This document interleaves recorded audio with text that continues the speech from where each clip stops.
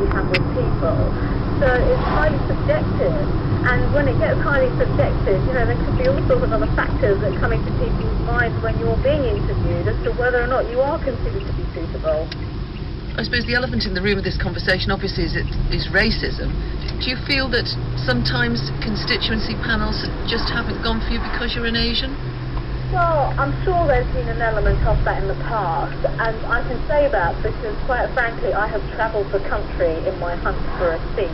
So, I've been to North Wales, where there aren't many Patels, and I've been in for interviews in sort of Harrow, where there are plenty of Patels, and I've got many family members that live there. It's hugely subjective, basically, it really is. So it can work for you, it can work against you. The fact of the matter is, I was selected in 2005 to stand at the last election, and I've been selected again. So I would hope that those who have selected me, can see way beyond sort of like, the colour of my skin and my surname.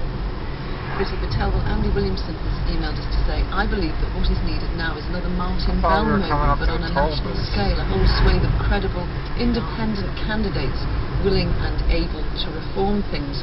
For someone else who's thought a lot about how we end up with the politicians that we do is Paul Whiteley. He's Professor of Politics at the University of Essex.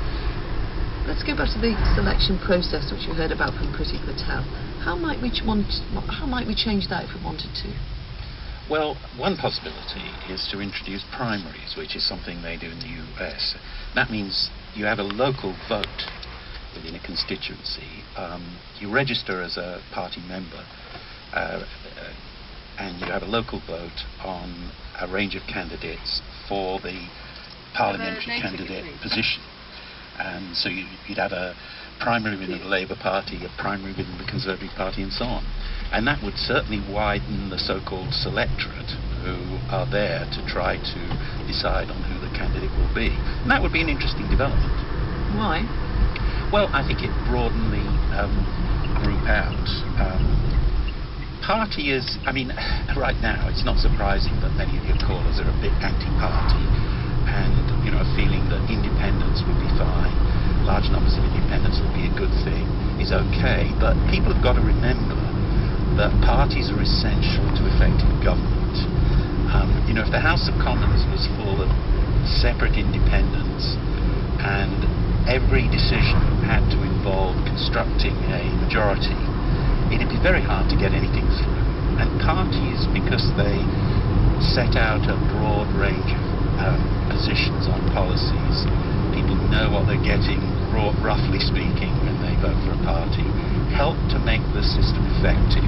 And that means that if you've got party volunteers and activists, they should be involved in the process of selecting MPs, and indeed many of them come forward as MPs. There's a good case for having a bit of an apprenticeship within politics before you get into the House, even though it's tempting to think, if we get robust independence, everything's going to be fine. Well, Anne Begg, the Labour MP for Aberdeen South, was chairing a parliamentary panel of inquiry into the ways of improving representation, getting more of us actively involved in politics, is here in the studio.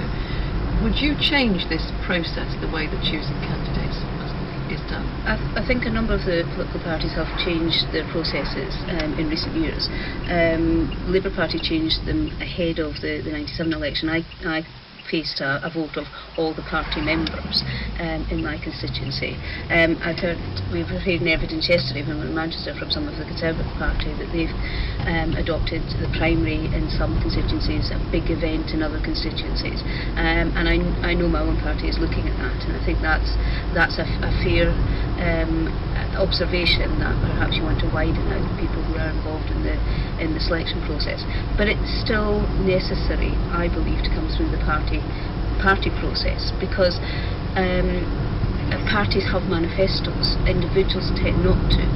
So if someone is voting for a Labour candidate in an election, they're not going to know the individual, especially if they're a new candidate, but they will know roughly where their political philosophy lies and the direction that they're likely to take and the way they're going to vote in most of the main polls. One of our callers, Catherine Morris from West Sussex, she has ideas, I think, on what is holding people back. What do you think it is? Could you speak up a little bit? Sorry, I was just reading from my screen that you have ideas on what is holding some people back from active involvement in politics. It's not exactly active involvement in politics, but the people have stopped voting because there's no chance of getting their particular person elected because of the safe seats all over the country.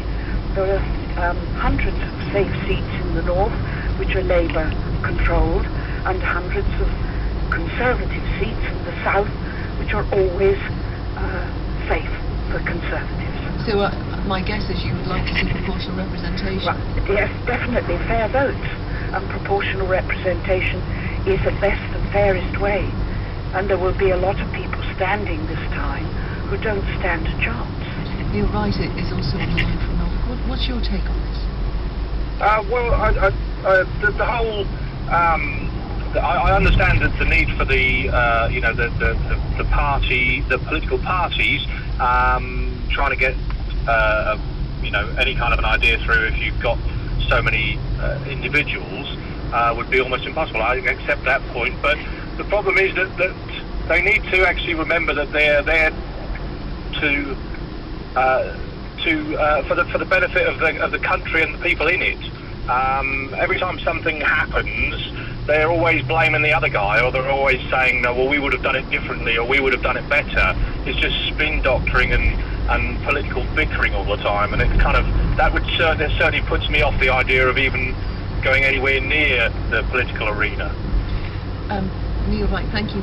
Professor Whiteley, we tried this idea, haven't we, of trying to get more, I suppose for want of a better term, ordinary people into Westminster politics. We tried it with people's peers, didn't we? How did that work out? Well, it's okay. And underwhelmed, distinctly underwhelmed. But I wouldn't get too enthusiastic about it, because of course the thing that people tend to forget is that politics is a profession which involves a lot of skills, and you have to learn these. And so parachuting somebody in, by lottery, which is one suggestion, or through some other mechanism, appointment, will bring people in who may be idealistic, but they don't necessarily have the skills to deal with the political process, which is really about constructing coalitions and getting agreement and doing deals and so on. Some of it looks unpleasant, that's certainly true, but it's absolutely essential if you're to get agreement over policies and get things done. And, we need our politicians to get things done for us. I'd like to bring Nicholas Clark into the discussion. He's on the line from London, and he has some thoughts about the process of trying to be selected. Tell us about that. Right. Well, it's obviously going to be a daunting process, but I think it's one where if you're tenacious enough, you can struggle through the obstacles, and if you're willing to put yourself forward and get noticed, it's a valid career path for many young people who want to get their opinions heard and make a difference for the better of the community. Thank you for that. Anne Begg, I suppose part of this question is what qualities you need to be an effective MP. You could argue, I suppose, that if you can't get tough, if you can't sometimes be nasty, if you can't cut it in these meetings, if you can't sit through lots of boring discussions, then you don't belong at Westminster. Yes and no. It's not an easy job. At the end of the end of the process, it's going to involve a lot of long hours, a lot of dealing with individuals. But there are skills that you do need. You need to get on with people, and you need to like people, and you need to want to do the best for your constituents. The most rewarding part of my job is actually not in Parliament, although I do like the parliamentary side, is dealing with the individual constituents and dealing with their concerns. I deal with 3,000 plus a year of individual constituents with individual concerns. We've heard it from our audience today, haven't we, this longing among the electorate for consensus. We want you to agree. You always do seem to be trying to score off each other in a rather petty way. There are some things that I wouldn't agree with. There would be MPs who would bring back hanging. I wouldn't. So I'm not going to somehow say, but normally you'd say there are lots of Conservative MPs who want to do that. Even when we're talking about women in Parliament, you had to make the point that it was Labour who brought more women. Well, let's take something like tax credits. I happen to think that tax credits has revolutionised the ability, particularly of lone parents,